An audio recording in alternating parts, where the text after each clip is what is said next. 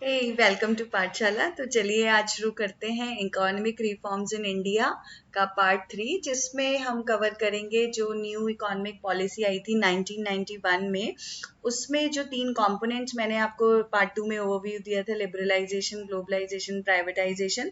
तो लिबरलाइजेशन क्या है और इसके अंदर जो रिफॉर्म्स आए थे वो क्या क्या थे और उनकी क्या डिटेल्स है। तो चलिए शुरू करते हैं जी। तो यहाँ पर हम डिस्कस करेंगे लिबरलाइजेशन के बारे में। अब देखो, लिबरलाइजेशन मतलब लिबरल करना, ठीक है। तो ये फर्स्ट एस्पेक्ट है न्यू इकोनॉमिक पॉलिसी का। दूसरा था प्राइवेटाइजेशन, देन तीसरा था ग्लोबलाइजेशन। तो लिबरल करना मतलब आजादी देना, आपको छूट मिल रही है किसी चीज में। अब छूट किस चीज में मिल रही है? छूट मिल रही है, जो रिलैक्सेशन वो मिल रहे हैं गवर्नमेंट कंट्रोल से। और जो रेस्ट्रिक्शंस लगी हुई थी इकोनॉमिक एक्टिविटीज में, उनमें या तो उनको रिमूव कर दिया जा रहा है या फिर हमें वहां पर रिलैक्सेशन मिल रहा है। तो हम सब जानते हैं कि जब 1956 की जो हमारी इंडस्ट्रियल पॉलिसी थी, उसमें बहुत ज्यादा रेस्ट्रिक्शंस थी। और अगर आपको अपना नया बिजनेस शुरू करना है या आपकी बिजनेस बहुत अच्छा चल रहा है, तो आप सोच रहे हैं कि ओके मैं इसमें एक्सपेंशन करता हूँ, तो आपको हर चीज के लिए गवर्नमेंट की परमिशन लेनी पड़ती थी। आप एक्सपोर्ट इम्पोर्ट एक्टिविटीज में अगर है तो वहां पर आपको जो है लाइसेंसेस चाहिए और गवर्नमेंट की परमिशन चाहिए। तो बहुत सारी हर चीज में परमिशन, गवर्नमेंट का कंट्रोल बहुत ज्यादा था। तो लिबरलाइजेशन जब आया 1991 में, तो इसका मतलब था कि हम आपको रिलैक्स कर रहे हैं, आपको छूट दे रहे हैं ऐसी बहुत सारी चीजों में जहां पर अभी तक आपको छूट नहीं मिली थी। तो अब ये जो लिबरलाइजेशन है, इसमें बहुत सारे रिफॉर्म्स हुए, चेंजेस हुए। तो टोटल जो रिफॉर्म्स हुए वो 5 थे। पहला था industrial sector reform, then financial sector, then fiscal, then foreign exchange reform और लास्ट 5th नंबर था ट्रेड एंड इन्वेस्टमेंट। अब जो इंडस्ट्रियल सेक्टर रिफॉर्म है, इसका मतलब यहाँ पर हम इंडस्ट्रीज की बात करेंगे। जो बिजनेसेस हैं वहां पे क्या चेंजेस हुए, जो गवर्नमेंट का कंट्रोल था वो कितना रिलैक्स हुआ, कितनी चीजों में खत्म हो गया और कहाँ कहाँ रह गया। फाइनेंशियल सेक्टर रिफॉर्म में हम बात करेंगे जो फाइनेंस रिलेटेड एक्टिविटीज है, मतलब मनी की जो एक्टिविटी, यानी कि हम बात करें बैंकिंग सेक्टर की। तो बैंक्स के लिए क्या रिलैक्सेशन आया, क्या उनके लिए पॉलिसीज में चेंज हुआ। फिस्कल रिफॉर्म्स, आगे हमारी गवर्नमेंट की जो पॉलिसीज है वहां पर क्या चेंजेस हुए।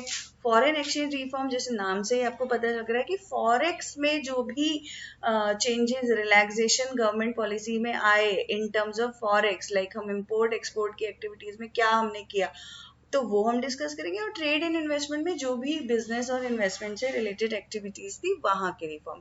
तो ये जो वीडियो है गाइज, इसमें हम ना 2 रिफॉर्म्स मेजरली डिस्कस कर लेते हैं आज। पहला हम कर लेते हैं इंडस्ट्रियल, दूसरा हम कर लेते हैं फाइनेंशियल, और फिर अगले वीडियो में बाकी 3 और जो लिबरलाइजेशन का इम्पैक्ट है, इसके पॉजिटिव क्या इफेक्ट रहा, नेगेटिव क्या हुआ, ये डिस्कस करेंगे पार्ट 4 में। तो चलिए आज शुरू करते हैं इंडस्ट्रियल रिफॉर्म से।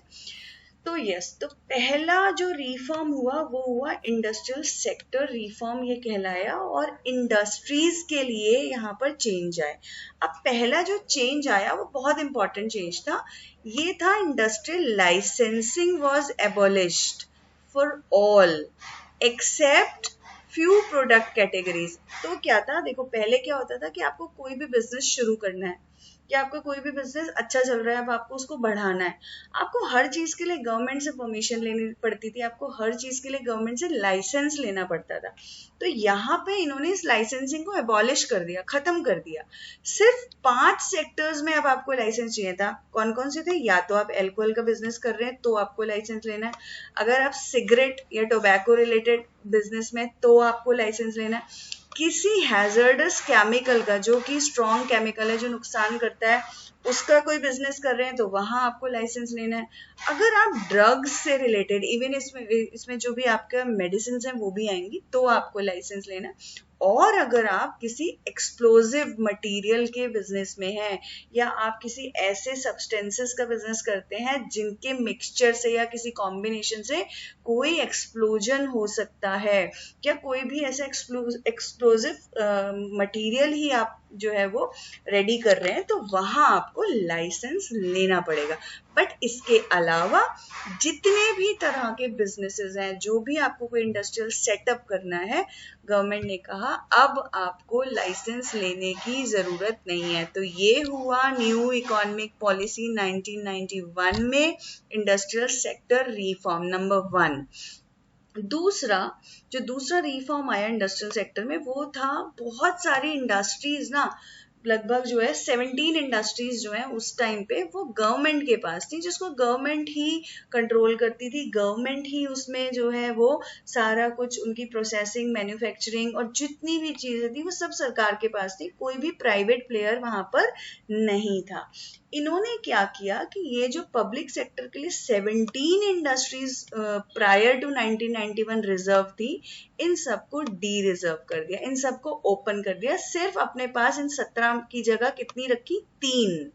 3 इंडस्ट्रीज में गवर्नमेंट ने कहा कि ठीक है, अब हम बस 3 में रहेंगे, बाकी सब में जो है वो हम प्राइवेट प्लेयर्स को एंट्री करा रहे हैं। अब 3 कौन कौन सी इन्होंने अपने पास रखी? रेलवे देखो इन्होंने अपने पास रखा, डिफेंस इक्विपमेंट इनके पास रहा, और एटॉमिक पावर जनरेशन जो है वो सरकार ने अपने पास रखा, पब्लिक सेक्टर में रखा। बाकी सब में इन्होंने प्राइवेट सेक्टर की एंट्री को ओपन कर दिया। तो ये था दूसरा इंडस्ट्रियल रिफॉर्म। अब तीसरा रिफॉर्म आया, freedom for expansion of productive capacity. इसकी मैं अभी तक आपसे बात कर रही थी कि बिजनेस एक्सपेंड करना यही है। अब देखो आपको बिजनेस में बेनिफिट हो रहा है, आप अपनी प्रोडक्शन की कैपेसिटी बढ़ाना चाहते हो, मतलब या तो आप अपनी इंडस्ट्री, आप अपने प्लांट का साइज बढ़ाना चाहते हो, या आप अपनी कोई और ब्रांच खोलना चाहते हो, या आप जो है ज्यादा प्रोडक्शन, आप ज्यादा मशीनरी वगैरह लगा के, ज्यादा लेबर लगा के आप अपना प्रोडक्शन की जो कैपेसिटी है वो बढ़ाना चाहते हो, मतलब आप कुछ भी बड़ा करना, जिस साइज पे आप अभी काम कर रहे हो, आपके बिजनेस का जो साइज है आप उसे बढ़ाना चाहते हो। तो पहले क्या होता था, 1991 से पहले, लिबरलाइजेशन से पहले, हमें इस चीज के लिए भी सरकार की परमिशन लेनी पड़ती थी, लाइसेंस लेना पड़ता था उनसे। बट इन्होंने क्या किया 1991 में लिबरलाइजेशन में, इन्होंने इससे हमें फ्रीडम दे दी। इन्होंने कहा अब कोई लाइसेंस रिक्वायर्ड नहीं है, आपको अगर एक्सपेंड करना है आप कर लीजिए। 4th रिफॉर्म आया, जो पहले कैपिटल गुड्स को इंपोर्ट करते थे तो हमारे ऊपर फिर रेस्ट्रिक्शन लगी हुई थी कि अगर हम इंपोर्ट कर रहे हैं तो हमें फिर सरकार से क्या लेना पड़ेगा? Prior permission.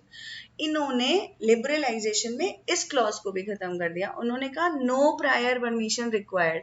आपको कैपिटल गुड्स जैसे बिल्डिंग मशीनरी से, मतलब कुछ भी मशीन्स हैं जो आपको अपने बिजनेस की ग्रोथ के लिए आपको फॉरेन कंट्रीज से मंगानी है, इंपोर्ट करनी है, तो कोई रेस्ट्रिक्शन नहीं है, आप मंगा लीजिए। और मार्केट हैज, ये जो 5th नंबर का आया, market has been allowed to determine the price. तो अब जब इतने प्राइवेट प्लेयर्स अंदर आ गए हैं, आपके लिबरल आपने कर दिया है, आपने इंडस्ट्रीज को 17 की जगह सिर्फ 3 को अपने पास रखा, तो जो प्राइवेट प्लेयर अंदर आएगा, जो उसका तो पहला मोटिव है प्रॉफिट कमाना। अब प्रॉफिट कमाना उसका मोटिव है, तो वो तो चाहेगा कि मैं प्राइस अपनी कॉस्ट के हिसाब से और अपना मार्जिन रख के डिसाइड करूं, जो पहले सरकार करने नहीं देती थी, पब्लिक सेक्टर के पास थी मेजरली, और बहुत सारे कंट्रोल रेस्ट्रिक्शन थे, हर चीज के लाइसेंस था। तो अब इन्होंने मार्केट को फ्री कर दिया कि अब मार्केट अपने डिमांड और सप्लाई के हिसाब से कमोडिटीज के प्राइस डिसाइड कर ले, जो पहले सरकार करती थी। तो ये मेजर 5 रिफॉर्म्स आपने पढ़े, ये है इंडस्ट्रियल सेक्टर रिफॉर्म। पहला है जिसमें लाइसेंसिंग को एबॉलिश कर दिया गया, सिर्फ 5 कैटेगरीज के लिए आपको लाइसेंस चाहिए, बाकी सबके लिए आपको लाइसेंस नहीं चाहिए। सिर्फ 3 कैटेगरीज जो है वो पब्लिक सेक्टर में रह गई, बाकी सब में प्राइवेट प्लेयर्स आ सकते हैं, उन्हें डी रिजर्व कर दिया गया। पहले ये 17 थी। फिर अगर आपको कोई अपना बिजनेस एक्सपेंड करना है तो आपको लाइसेंस नहीं चाहिए, आपको कैपिटल गुड्स इंपोर्ट करने हैं, आपको उसके लिए कोई परमिशन नहीं लेनी, और आप मार्केट में अपने प्रोडक्ट का प्राइस जो भी मैन्युफैक्चरर्स हैं वो खुद डिटरमाइन कर सकते हैं as per the supply and demand of the commodity. तो गाइज ये थे industrial sector reforms. I hope आपको पसंद आ गए हैं, आपको समझ आ गए हैं। आप प्लीज जो है वो इनको अच्छे से ध्यान से पढ़िए और आगे चलते हैं। चलिए, फाइनेंशियल सेक्टर रिफॉर्म्स में इजी है, बहुत इजी है, तरीका भी है, हम पढ़ लेंगे इनको, समझ लेंगे, याद भी हो जाएगा। तो देखिए, अब जो फाइनेंशियल सेक्टर रिफॉर्म, यानी हम यहाँ बात कर रहे हैं बैंक्स की। अब पहले क्या होता था कि जब लिबरलाइजेशन से पहले हमारे यहाँ सिर्फ पब्लिक सेक्टर बैंक्स थे, और आरबीआई ना सब पूरा कंट्रोल करके रखता था, वो रेगुलेटर की तरह काम करता था। तो जो आरबीआई सारी चीजें पॉलिसीज डिसाइड कर रहा है, कोई प्राइवेट बैंक ही नहीं एग्जिस्ट करता। तो ये था पहले का सिनेरियो। बट 1991 के बाद, न्यू इकोनॉमिक पॉलिसी के आने के बाद क्या हुआ, आरबीआई का रोल जो है वो पहले से कम हो गया। पहले जो ये रेगुलेट करता था ना, हर चीज में कंट्रोलिंग थी इसकी, अब इसने रेगुलेट करने की जगह फैसिलिटेट करना शुरू कर दिया।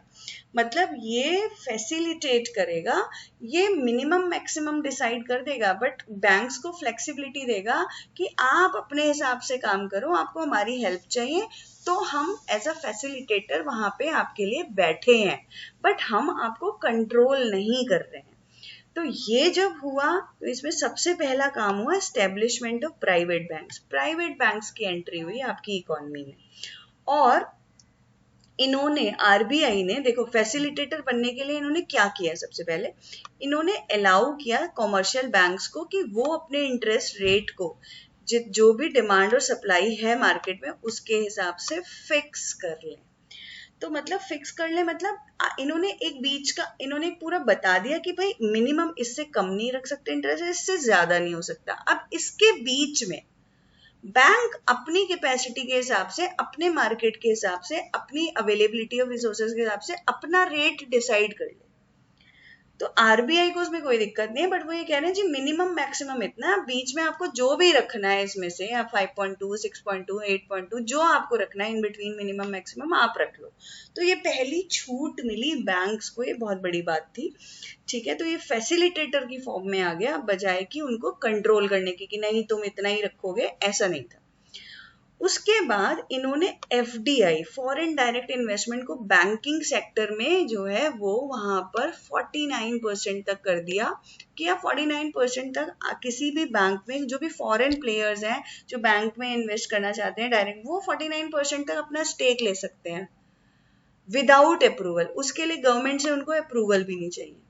लेकिन अगर आपको 49% से ऊपर स्टेक चाहिए किसी बैंक को, आप उसमें ज्यादा परसेंटेज चाहते हैं, अपना स्टेक चाहते हैं, उसके शेयर चाहते हैं, तो 74% तक आप ले सकते हो। मगर 50 to 74% तक शेयर लेने के लिए आपको गवर्नमेंट की परमिशन चाहिए होगी। 49% तक कोई परमिशन नहीं चाहिए, आप आओ, आप बैंक में सीधा इन्वेस्ट कर दो। बट 50 to 74 आप गवर्नमेंट की परमिशन के साथ इन्वेस्ट कर लें। फिर एक और रिफॉर्म आया जो इन्होंने इसी एफडीआई के कॉन्टेक्स्ट में बोला कि बैंक्स के कुछ मैनेजरियल एस्पेक्ट्स जो है, मतलब वो आरबीआई के पास ही रहेंगे। कहीं ऐसा ना हो जाए कि बैंक अपनी इतनी मनमानी कर ले कि जिन लोगों के अकाउंट्स बैंक में और जो उसके कस्टमर्स हैं, बैंक उन्हीं को ही जो है वो प्रॉब्लम क्रिएट करनी शुरू कर दे, उनको अपने हिसाब से जो है वो चलाने लगे। तो गवर्नमेंट का काम होता है कि उसको इकोनॉमिक वेलफेयर भी देखने, उनको उसको सोशल वेलफेयर भी देखने, सोसाइटी का भी देखना। तो जो कस्टमर है वो उसका सोसाइटी का, उसका सिटीजन है उस इकोनॉमी का, तो उसका वेलफेयर गवर्नमेंट को देखना है। तो इन्होंने कुछ राइट्स, मतलब ओवरऑल जो है मैनेजरियल एस्पेक्ट में कुछ राइट्स अपने पास रखे to safeguard interest of the account holder, कि अकाउंट होल्डर को बैंक जो है वो अपना बिल्कुल दबा ना ले। तो कुछ जो है वो राइट्स, हमारे पास वीटो पावर है, जीआरबीआई चाहेगा तो एकदम से बैंक को बोलेगा कि नहीं, ये आप नहीं कर सकते। लेकिन ओवरऑल उन्होंने रिलैक्सेशन दे दी कि आप अपने हिसाब से काम कीजिए। अब इसमें क्या कहते हैं, स्टॉक एक्सचेंज मार्केट भी आ गया, आपका फॉरेक्स मार्केट भी आ गया, banking, non banking financial institutions भी आ गए। तो ये सारे सेक्टर, ये जितने भी जो है फाइनेंशियल सेक्टर रिफॉर्म्स थे, इन सब में रिलैक्सेशन आनी शुरू हो गई। आपका स्टॉक एक्सचेंज मार्केट एक्टिव हो गया, फॉरेक्स मार्केट में बहुत ज्यादा, क्योंकि अब आप देखो ना, फॉरेन एक्सचेंज मार्केट में आपने एफडीआई 49% तक जो है बिना अप्रूवल के उन्होंने आपने रिलैक्सेशन दे दी। नॉन बैंकिंग फाइनेंशियल इंस्टीट्यूशंस आ गए, प्राइवेट बैंक्स बन गए आपकी इकोनॉमी में। तो बहुत ज्यादा लिबरलाइजेशन में लोगों को लगा कि आपकी इकोनॉमी में बहुत रिलैक्सेशन मिल रहा था, बहुत जो है प्राइवेट सेक्टर की ग्रोथ होने लगी। नेक्स्ट इसमें जो लास्ट रिफॉर्म आया फाइनेंशियल सेक्टर रिफॉर्म में, वो था ईज ऑफ एक्सपेंशन। ये बहुत इंपॉर्टेंट है। इसमें क्या था, बैंक्स को फ्रीडम मिल गई। किस चीज की फ्रीडम मिल गई, कि भाई आप अपनी जो है कहीं पे आपको नई ब्रांचेस खोलनी है किसी पर्टिकुलर एरिया में तो आप खोल सकते हो, या आपको अपनी ही किसी एग्जिस्टिंग ब्रांच को एक्सपेंड करना है, उसको उसको दूसरे तरीके से जो है, अलग तरीके से उसको एक्सपेंशन में लाना है, तो वो भी आप कर सकते हो। और इसके लिए आपको आरबीआई का अप्रूवल नहीं चाहिए। तो ये एक बहुत बड़ी बात थी। बैंक्स को बहुत फ्रीडम दी गई, प्राइवेट बैंक्स आ गए तो जाहिर सी बात है उनको तो अपने हिसाब से, देखो प्राइवेट सेक्टर जब भी एक्टिव होगा उसका मोटिव है कि इकोनॉमी जो है वो मेरे को प्रॉफिट हो और मेरी वजह से इकोनॉमी को प्रॉफिट हो, है ना। तो आपकी जो 1991 से पहले इकोनॉमी की हालत बहुत खराब थी, ये पार्ट 1 में हम पढ़ चुके हैं। उसकी वजह से हमने आईएमएफ को अप्रोच किया, उन्होंने हमें लोन दिया। तो उसके बाद और आईएमएफ ने हमें कहा कि हमें एलपीजी इंट्रोड्यूस करना पड़ेगा। तो उसका पर्पस था, एक पर्पस ये था कि आपकी इकोनॉमी जो बिल्कुल स्लो हो गई है, जो बिल्कुल बैठ गई है, वो चलने लगे। अब उस चलने लगे के लिए जो पब्लिक सेक्टर था उसके अंडर में जो ऑर्गेनाइजेशन और जो इंडस्ट्रीज थी वो कुछ काम नहीं कर रही थी, वो सब लॉस में चली गई थी, डिसइन्वेस्टमेंट का हिसाब किताब बन गया था वहां पे। तो इसलिए प्राइवेट प्लेयर्स को लाया गया कि भाई प्राइवेट प्लेयर तो प्रॉफिट के लिए काम करेगा, प्रॉफिट के लिए काम करेगा तो इकोनॉमी में प्रॉफिट जनरेट होगा, प्रॉफिट जनरेट होगा तो क्या होगा, इकोनॉमिक ग्रोथ दिखने लगेगी हमें, हमारी जो इकोनॉमी बैठ गई है वो वापस एक्शन में आ जाएगी, वो फिर से जिंदा हो जाएगी, वो चलने लगेगी। तो ये थे जी फाइनेंशियल सेक्टर रिफॉर्म्स।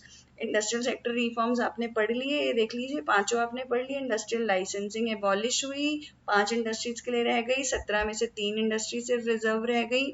फिर प्रोडक्टिव कैपेसिटी को आप एक्सपेंड करने की फ्रीडम आपको मिल गई। पहले लाइसेंस चाहिए होता था, आप कैपिटल गुड्स इंपोर्ट करने के लिए कोई परमिशन नहीं लेनी है आपको, आप अपने मार्केट, अपने प्राइस खुद डिटरमाइन कर सकता था।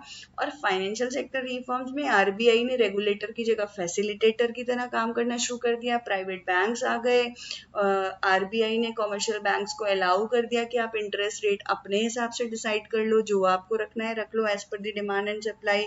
एफडीआई होने लगा बैंक्स में कि मतलब फॉरेन प्लेयर्स अपना बैंक्स में इन्वेस्ट कर सकते हैं। फिर आरबीआई क्योंकि रेगुलेटर नहीं फैसिलिटेटर है, लेकिन कुछ कंट्रोल उसने अपने पास रखे और ईज ऑफ एक्सपेंशन में बैंक्स को फ्रीडम दी कि आप अपनी ब्रांचेस खोल लो, आप अपनी ब्रांचेस को रैशनलाइज कर लो, इसके लिए आपको आरबीआई की परमिशन नहीं है। तो ये थे 2 रिफॉर्म्स, इंडस्ट्रियल और फाइनेंशियल। और ये जो बाकी 3 है, फिस्कल, फॉरेन एक्सचेंज रिफॉर्म और ट्रेड इन इन्वेस्टमेंट, ये अगले पार्ट में हम कवर करेंगे।